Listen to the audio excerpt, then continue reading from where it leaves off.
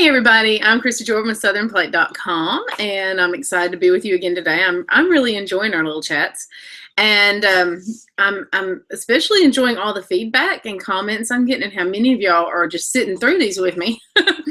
I appreciate that. Let me see what time it is so I know. Okay, try to keep this definitely not longer than the others. I feel like it should be shorter.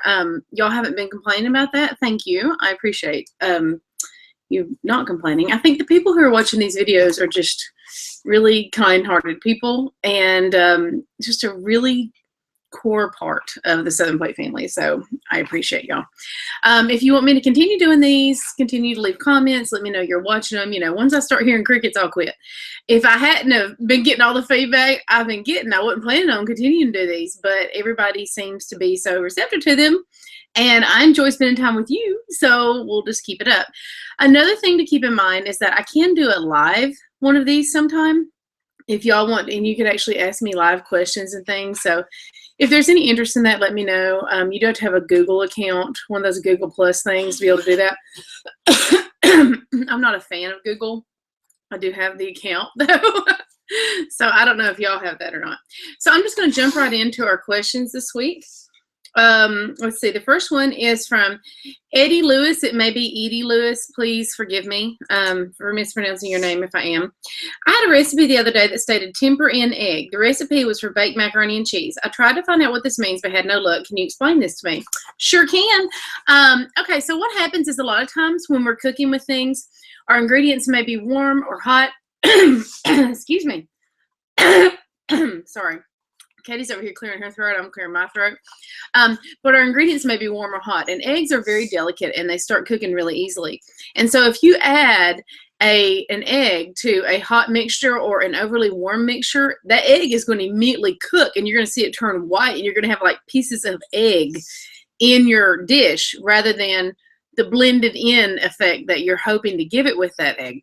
So all you've got to do is, like, a lot of times my recipes, I'll say, you know, a stick of butter melted and cooled. And that's why I say the cooled part, because I don't want you to go melt some butter in the microwave or on the stovetop and then crack your egg into it and start stirring, because you're going to have pieces of white egg floating around in there, and it's going to, I wouldn't say ruin your dish, because I would still eat it and be grateful to have it. It's definitely going to change the outcome of your dish. So all you got to do is look at that recipe and either, well, first of all, you can cool your ingredients if that's possible. If not, usually recipes call for some water or milk or something like that. So just take your egg ahead of time, measure out that milk, put your egg in there and beat it up real good in there, and then pour that in and be stirring constantly as you pour it in. And that's going to help reduce the temperature shock that the egg is going to get when it meets those warm ingredients. So all it is just taking your egg and beating it with something cool before putting it in with your ingredients. It's really easy to do. And if you've ever put a hot egg in, I mean, if you've ever put an egg in a hot mixture, you'll understand why that happens. But that's, you know, these are the things that I wish people wouldn't use these terms. Temper your egg. You know, most people walking the streets don't know what temper your egg means. So instead say, measure out your milk, beat your egg into the milk before adding to the mixture. That makes more sense to me. Just like, you know, I have one recipe that calls, you know, I actually deglaze the pan to make a sauce. Well, I don't tell people to deglaze the pan. I tell people pour a little vinegar in the pan and rub it around the bottom, you know, because that makes sense. So I like speaking in normal terms, you know, anyway, I'm a little more plain spoken than most. Okay. My next question, I hope that helps you. My next question is from Susan. Hi, Christy. I realize this is a stupid question. Okay. First of all, thank you for emailing me, Susan. And I need you to know that there is no such thing as stupid questions on Southern Plate. You can never ask me a stupid question. And I don't ever want you to feel stupid asking me a question. If there's a question you need to ask me, it means that me addressing it could help other people. Or if it's a question regarding one of my recipes or something, it means that I did not explain it as clearly as I should have the first time around. So I want you to know that right now. No stupid questions on Southern Plate. And she says, but anyway, I'm going to ask because you won't judge me. You're right. I bought the ground beef masher this weekend, but I'm not really sure how to use it. I did try to use it when I cooked ground beef this morning making soup, but didn't really have the best results. Any tips would be helpful. Okay, I actually have props today. Let me see. Somebody's Okay, I actually have props today. If y'all didn't know better, you would think I was organized, but you know better, surely. Okay, so this is a skillet, and I found 2 of these. One, I don't know. Oh, this is a Pampered Chef one. This is what people are talking about. This is a Farberware. This came from Walmart. It was like $5, I think. I don't remember how much this one is. But anytime I see these, I buy them because you can't ever have enough. Mainly for me, because people come and see how cool they are, and they leave my house with them. And I feel bad. I'm like, well, I should give them one. I should buy them. I've probably bought, I don't know. I know I've bought more than 10 of these. So I'm just going to kind of show you. Like, here's your skillet. And you know how usually you would take a spoon. We're going to pretend this is a wooden spoon. And you would just kind of do like that to your beef. Well, it's the same principle with this. Only it's got, and you can't see, but it's actually a little sharper. It's beveled on the edges. So you're just going to do like this as you cook your beef. I should have, let me turn it over so you can see. This is the bottom. But I want you to be able to determine, see the black where I'm hitting. So you're just going to do like this as you're cooking your beef. And stirring it around, you just, you know, because it has these little stirrer things. And you just stir and stir. And it's just going to help you chop much more efficiently. So I just go straight up and down in my skillet like this as I'm cooking. And it makes it, so instead of just, oh, no, that was, okay. Instead of just one edge doing, like I said, pretend this is a wooden spoon. We're not using a rubber spatula. You have all these edges. So you see how it's much more effective and efficient. So I hope that helps. If you still have questions, y'all just holler at me. Okay, this is from Joanne.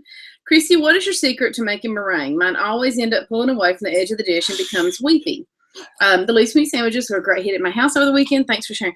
I got a lot of feedback on those loose meat sandwiches. I'm so glad that y'all like them as much as I do. And I'm so glad we got the initial, you know, suggestion.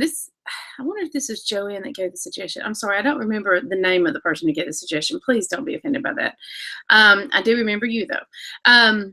So why does your meringue get weepy? Well, you hurt its feelings, you know, and it gets upset. I'm kidding. Okay, so I'm going to show you how it is. All right, 2 things you need to do.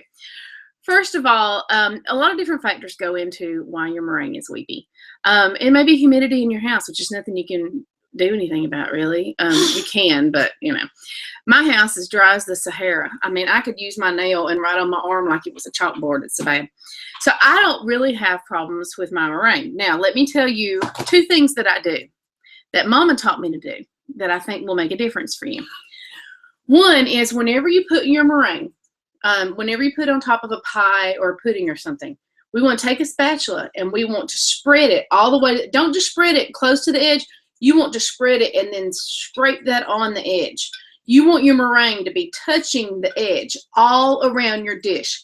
If you're using a big mixing bowl with banana pudding, you bring that spatula and you touch the meringue to all the edges around it. Make sure it's touching every single edge.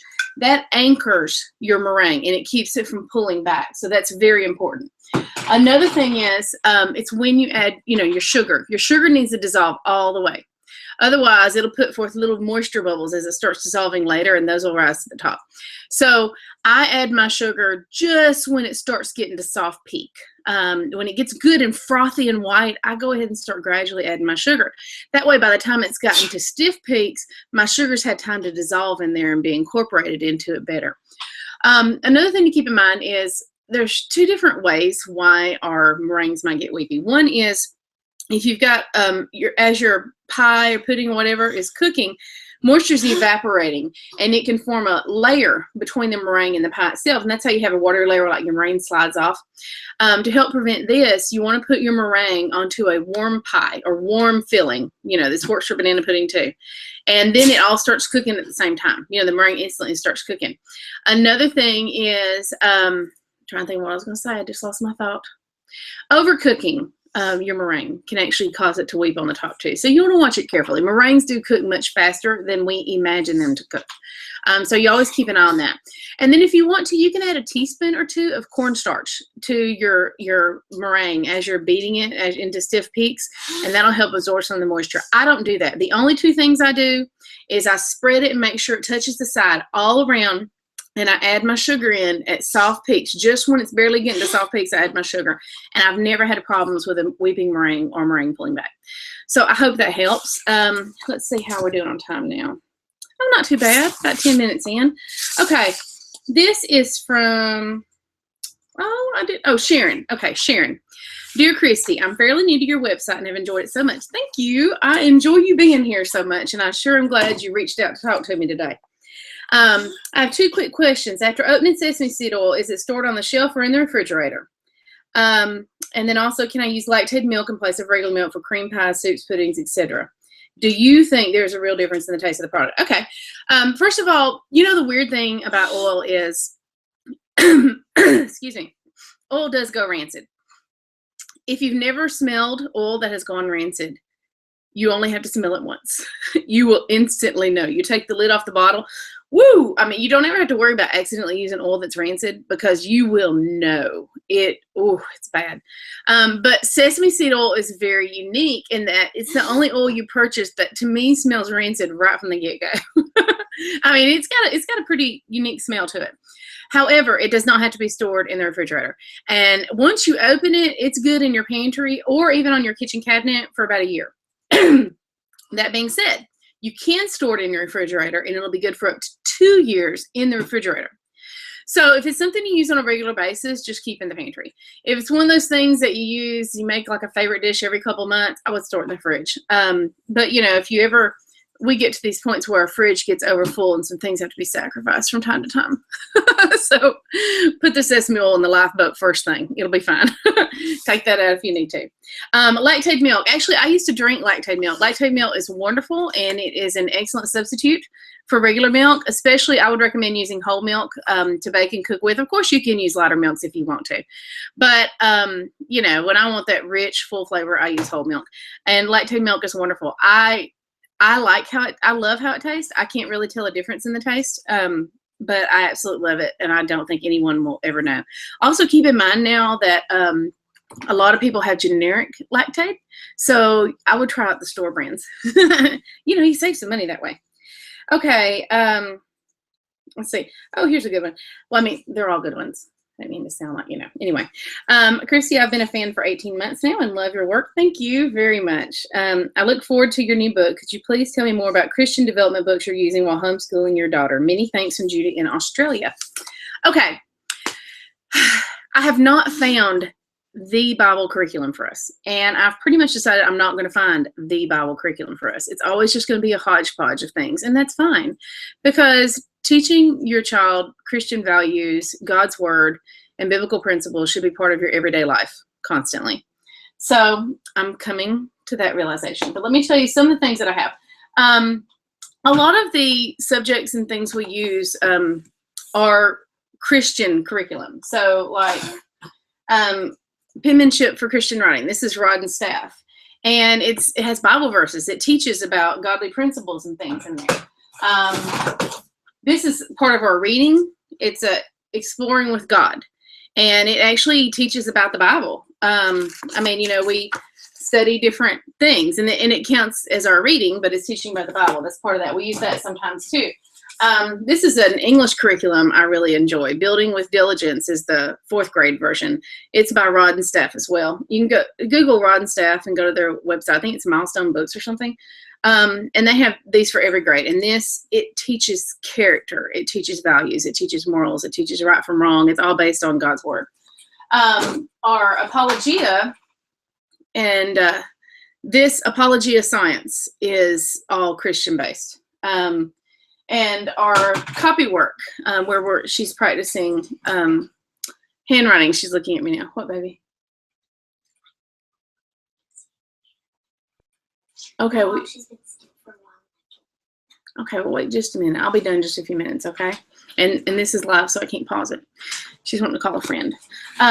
So, you know, our science is a Christian curriculum. Now, keep in mind that a curriculum does not have to be Christian in order to be a good curriculum. There's a lot of good, you know, our math is not a Christian curriculum, but it's an excellent math program, and it's not anti-Christian. That's the main thing. It doesn't have to be Christian aligned, but it does have to not go against our our values and our truths. I'm not going to say our beliefs because it's our truths. Another thing that I'm really enjoying, I just discovered through homeschooling, and they're amazing. Oh my goodness, everybody should have these, and I don't care how old you are, you will love them. And I have a bookmark in this. The McGuffey readers. I have a whole beautiful set of them here, and they're all gorgeous, gorgeous books.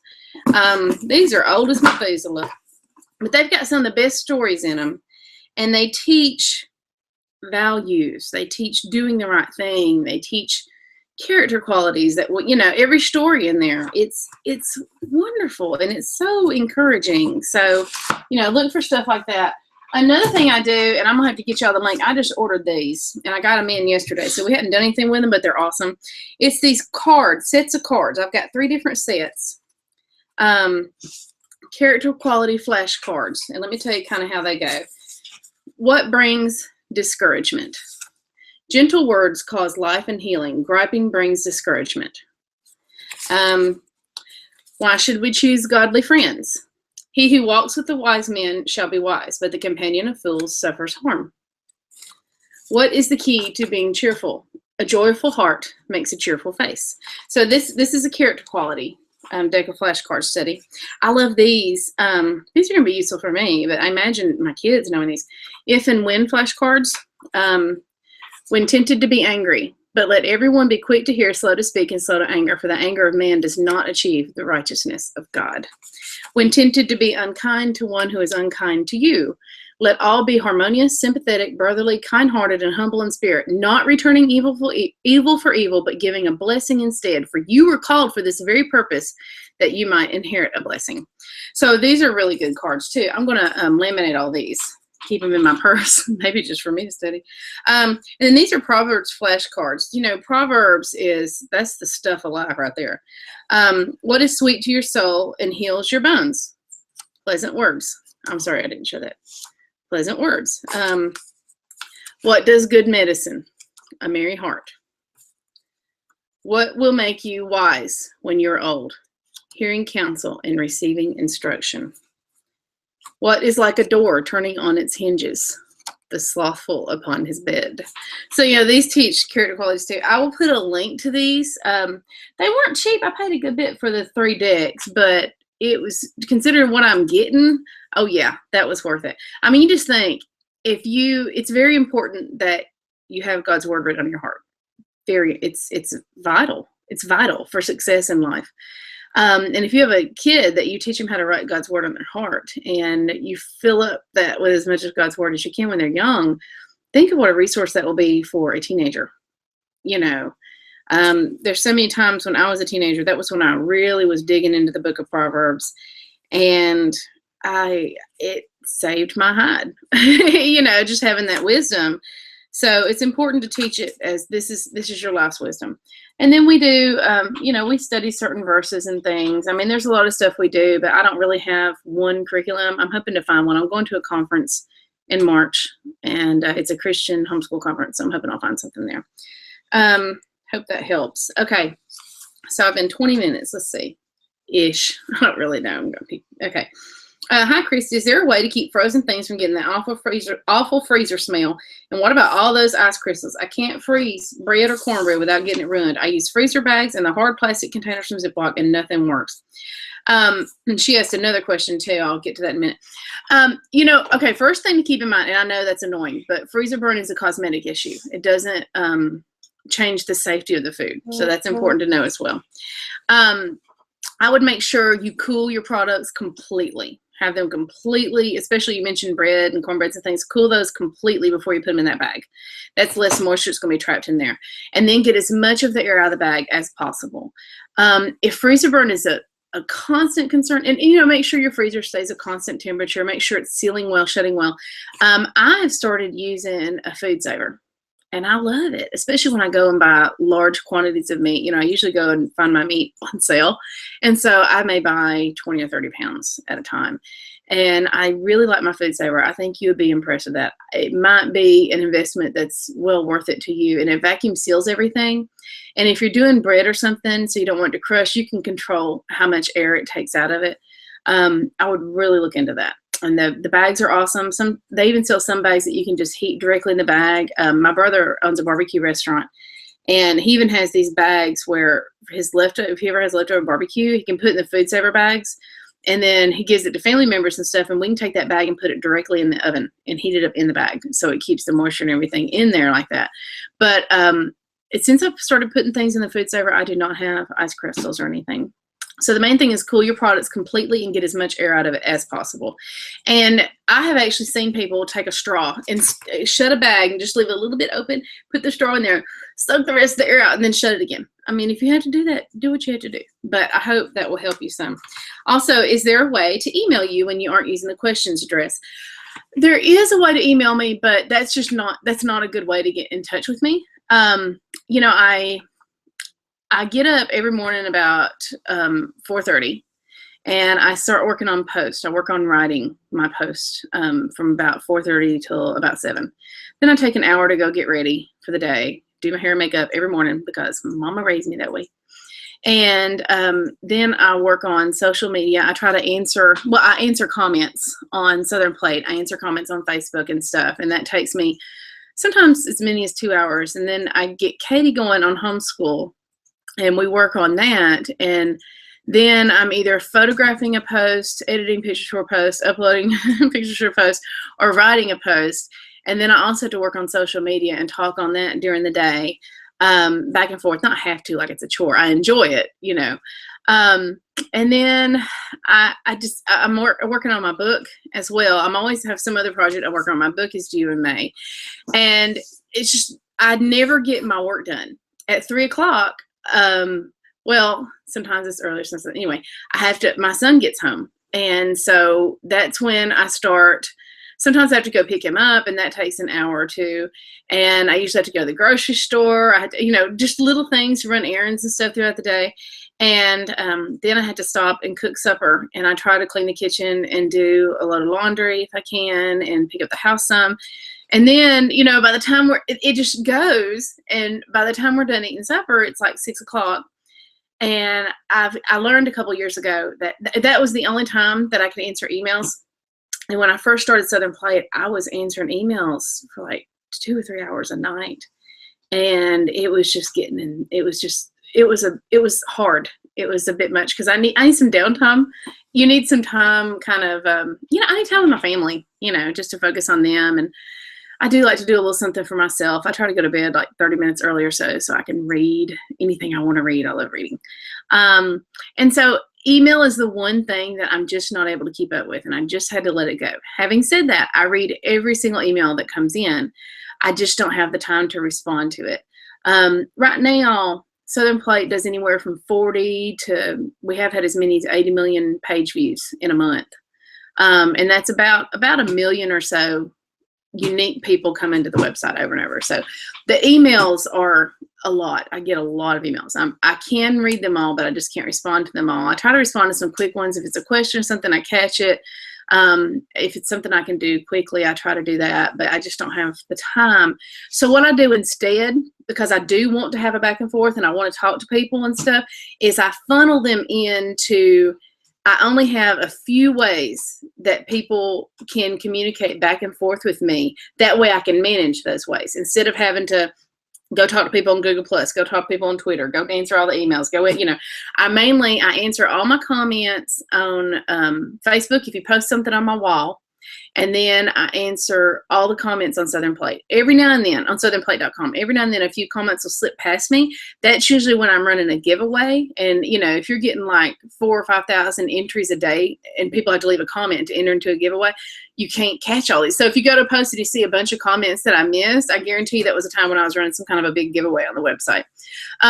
So if there's something that you can ask, that you need to ask me, if it's regard to a recipe or something, ask me on the recipe. If I mention a story on a post and you have questions about it or something, you know, ask me on that post, and I will read those and I'll respond to those. So I hope that helps. You know, I can't do everything. And so that was the one thing that I just had to let go and say, okay, I can't answer all the emails. I wish I could, but you know, it's just me. And I know y'all understand that and everything. And I know, and that's a great thing, is y'all have the same values I have. Y'all love your families. You want to spend time. And y'all are so understanding of me. And I really appreciate that. And I just really appreciate you being here. So I hope this helps you. And that was from Nancy. Okay. And we're getting there. Let's see how bad we're doing on time. Well, not too bad. Okay. This is from Camellia. That's such a pretty name. Christy, do you have any diabetic recipes? Her and her husband both stay away from sugar and they use Splenda instead. I'm looking for some new things to cook that doesn't have a lot of ingredients and is easy to fix. Well, boy, howdy. That's my MO. I like not a lot of ingredients and easy to fix, because cooking does not need to be this complicated, ridiculous thing. I hate coming across a recipe where the ingredient list reads like an encyclopedia. I'm not going to make that. I mean, I have the ability to make that. Sure, I'm not going to make that. I'm not going to go pull out 50,000 things from my pantry to make that. It's just silly. Okay, so yes. I do have some things for you. Of course, you know, the dream diet for a diabetic, you're going to be just eating protein and leafy green vegetables and all this stuff. And that's great. But, you know, you get bored with that and you want a little bit of variety. You want a little bit of sweetness. And if you use Splenda, girl, you're living on my block. I love Splenda. I use Splenda all the time, especially in my desserts. Otherwise, I'd be this big. I'm already big enough. And listen, for anybody who, yes, we will try to make that. She has a recipe idea. She just wrote it on a card and showed it to me. We're going to try to do that today or tomorrow, baby. We'll try to make it. We'll develop that recipe for you. Katie is a wonderful, creative mind at Southern Plate. She comes up with some great ideas. Y'all check out Katie's lemon juice cake and her birthday cake cookies. Those were both her ideas that we developed together. I have a stool under my desk that I keep, anyway, I prop my feet up on because the floor is so cold. And I put this frying pan down there a while ago, so I keep thinking I got to move my frying pan. I dressed up a little bit for y'all today. A little. Slight. I actually have a black dog hair right here. But just from waist up, from waist down, I'm barefoot and wearing yoga pants. So if you do not like Splenda, if you think Splenda is the devil, if you think Splenda is evil and the entire world is going to die because we use Splenda, I respect your views. I've done the research. I've read the reports. You and I just made different decisions based on the knowledge that we had, and I respect your views. And please don't email me about it. Please don't. I understand, totally get it. A lot of people like stevia, and that may be something that Camellia wants to try. I do not like stevia. I do not like stevia at all. I have tried several different kinds. It tastes very bitter to me. Other people tell me it does not taste bitter to them, so I know they're not tasting the same thing I'm tasting. I've tried using less. I've tried using more, mostly less, because I've heard it's very sweet. And I think there's, different people taste some things differently. Like cilantro. To some people, there's a genetic thing that causes cilantro to taste like soap flakes to them, literally. So if you ever somebody that just hates cilantro, I guarantee you just say, does it taste like soap to you? My mother cannot stand cilantro. To her, it tastes like soap. To me, it's wonderful. It tastes like cilantro. Well, to me, stevia tastes horrendous. And I know that's something in me because so many people really like it.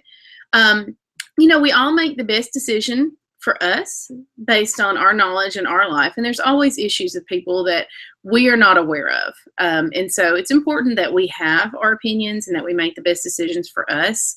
But it's also important that we are comfortable enough in ourselves that we don't feel like we have to force our opinions on other people.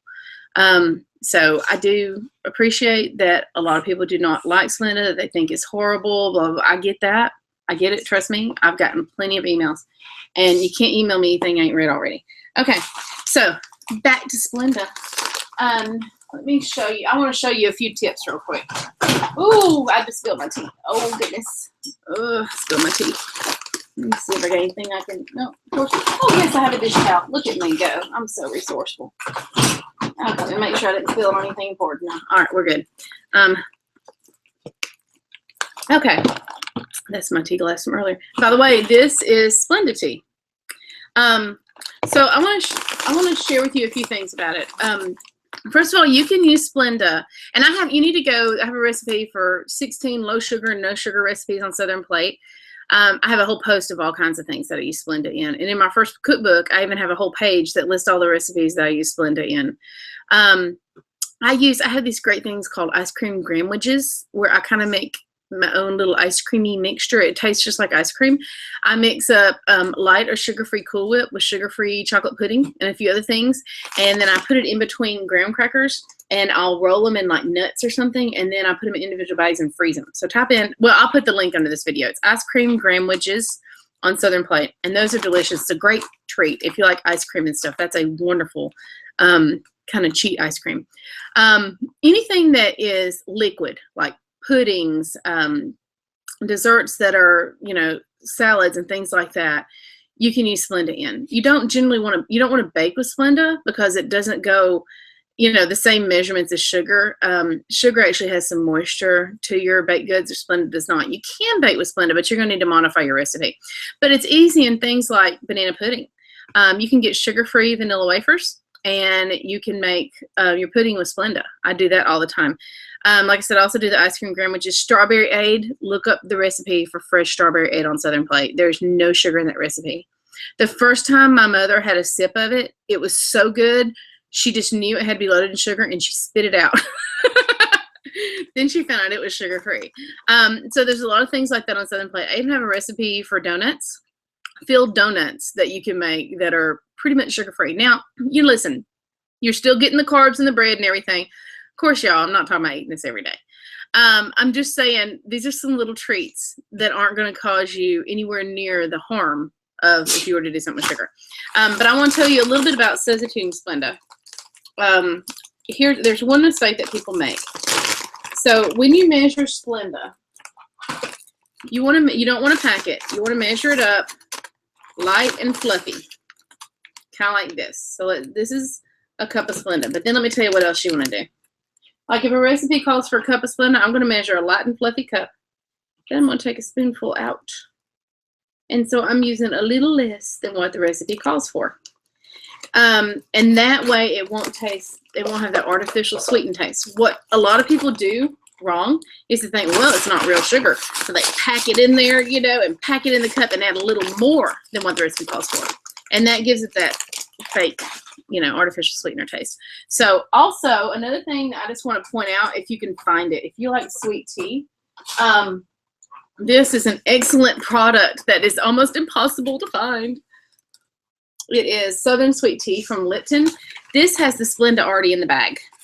And so you just put it in there, brew your tea, and you've got Splenda in there. You just add your cold water after it's brewed. I'm going to buy tea and Splenda. But these are almost impossible to find. I got them at our Sam's Club 2 years ago. I bought all I could. They have not carried them since. Last summer, I was in Sam's in Kentucky, up high by Ohio. Ohio. Anyway, that's how we say Ohio. It's like a fun little family thing. We're silly. And I bought a couple of cases because I found them there. I've had a very difficult time finding them since. So when I run out, I'm just going to buy Splenda. I did find these on clearance at Walmart, and this is the same thing as well. Of course, they're not carrying anymore. It was on clearance. It's Southern Breeze Sweet Tea, and these are family size tea bags. So like the ones I showed you make a gallon. One makes 2 quarts, so you'd use 2 of them for a gallon. I use probably 3 or so. And then Walmart had their brand for a while. The main thing to look for is it says sweet tea. See, sweet tea, and this says sweet tea. Walmart had a brand for a while. I bought all they had. They quit carrying it. I have seen K-Cups for the Lipton Sweet Tea. The other day I saw a K-Cup for Lipton Sweet Tea. I actually took a picture of it. It was such a big deal. But K-Cups, we do have a Keurig, but I buy generic K-Cups, and I buy them in bulk to save money. I'm not going to buy, some of those things can be like 80, 90 cents for a cup of coffee. That's silly. And I'm not going to buy a K-Cup and pay 80 cents every time I want a glass of tea. We go bankrupt. That's ridiculous. Okay. But it's a neat concept. Here's the picture. In just a second, I was going to show y'all. Get my screen turned up. That was at my dentist office. Can you see that Southern Sweet Tea? So that's cool. But that's just something that'll save you a lot of money if you can find it. But no, check out On Southern Plate. And like I said, my first cookbook, I have a whole passel of recipes. I tell where I use Splenda in them and stuff in the Southern Plate cookbook. But there's a lot on southernplate.com. And check out I'll put a link below to some of those things. You know, you just need a little something to break up the monotony and just give you a little something sweet. You know, I understand you're not looking to eat a whole lemon meringue pie or anything. You just want a little something from time to time to break it up. And I totally get that. I also have some, check out superfruit salad. Oh my goodness. I love it. And it's easy. You can use fresh fruit or canned fruit. You can get the canned fruit that's has Splenda, or is, you know, canned in its own juice. I realize there's sugar in fruit. I realize there's natural sugar. Y'all, we're talking about cutting down here. And then you use sugar-free pudding and you make, oh, it's delicious. We make that a lot. One of my mom's neighbors is diabetic, and we come up with all kinds of mess. But any kind you have, like a fruit or gelatin salad, a pudding that you bake, you know, like a banana pudding, pineapple pudding, cobblers, things like that, you can use Splenda in easily. Well, not in the crust of a cobbler, really. But you can play with it and come up with ways. But I do have a lot of recipes on Southern Plate that I think would be helpful for you. So that is the end of our questions for today. I hope that you have found this helpful, and I appreciate you hanging out with me, spending some time with me today. We got to get started with school. So I told Katie, I'm like, do you want to go ahead and do school while I'm doing my video? And she said, no, I think I'll wait. So she's playing instead.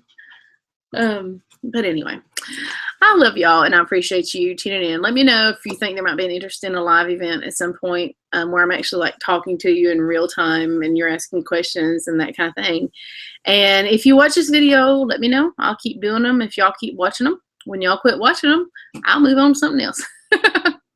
I'm hoping I can record something this weekend. I don't know if it's going to work out. I do like biscuit classes from time to time with my friends. If anytime somebody tells me they can't make good biscuits, I'll get a group of them together and I show them. This weekend I've got 3 people or maybe 4 people. I show them how to make 3 different kinds of biscuits. I actually show them how to, you know, so you can never say that you can't make good biscuits, because these are 3 different kinds that you can always make and they're perfect. And I'm kind of hoping I could video it for YouTube, but I don't know. We're going to be doing it at a friend's house, so I don't know what the lighting is like.